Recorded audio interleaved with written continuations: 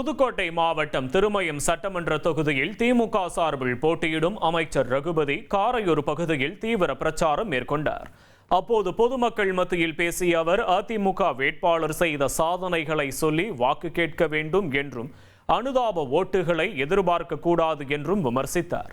அதோடு கடந்த 5 ஆண்டுகளில் திமுக அரசு செய்த சாதனைகளை பொதுமக்கள் மத்தியில் விளக்கிய அவர் திமுக தேர்தல் அறிக்கையில் உள்ள முக்கிய வாக்குறுதிகளான மகளிர் உரிமை தொகை 2000 உயர்த்தப்படும், இல்லத்தரசிகளுக்கு 8000 ரூபாய் மதிப்பிலான கூப்பன் போன்றவற்றை எடுத்து கூறினார். கொண்டு வரப்பட்டுவிட்டது.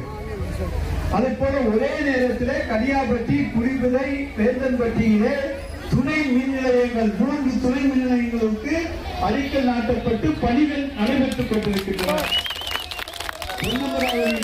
எரிவாயு மின்மயானம், திருமயத்திலே எரிவாயு மின்மயானம் அவை ஒரே காலத்திலே கொண்டு வரப்பட்டிருக்கின்றன. 1,27,00,000 மனங்களை வென்ற தந்தி டிவி யூடியூப் சேனல். தவிர்க்க முடியாத தம்ப்நெயில்ஸ், கலக்கலான கான்டென்ட்ஸ். நீங்களும் இந்த குடும்பத்தில் இணைய இப்பவே சப்ஸ்கிரைப் பண்ணுங்க.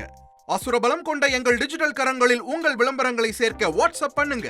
8939888378. Email advtthanditv@dttv.in.